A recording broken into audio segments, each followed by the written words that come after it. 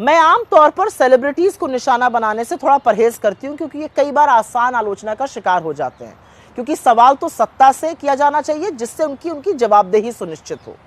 लेकिन जब ये सेलिब्रिटीज आरएसएस जैसी एक संस्था की तारीफों में पुल बांधते हैं, जो मेरे देश में नफरत की आग फैलाती है, लोगों को बांटती है, आजादी में कोई योगदान नहीं करती, तो ज्वलंत मुद्दों पर इन सेलिब्रिटीज की चुप्पी पर सवाल उठते हैं। जब लोगों की लिंचिंग सिर्फ उनकी शक्ल देखकर या उनके खाने की वजह से होती है, आप चुप क्यों रहते हैं? जब लड़कियों का बलात्कार होता है और अपराधियों को सत्ता का संरक्षण मिलता है, आप एक शब्द क्यों नहीं बोलते?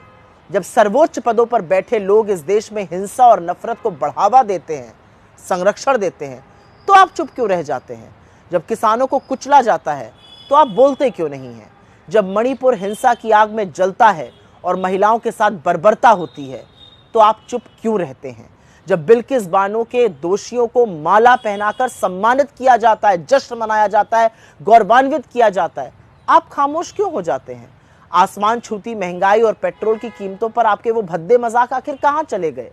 रुपया लगातार गिरता जा रहा है और आपको इससे कोई फर्क नहीं पड़ रहा। अब इस देश में गंदे पानी से लोगों की मौत हो रही है, पर आप नहीं बोलते हैं। जानलेवा प्रदूषण से आपको परेशानी ही नहीं लगती है।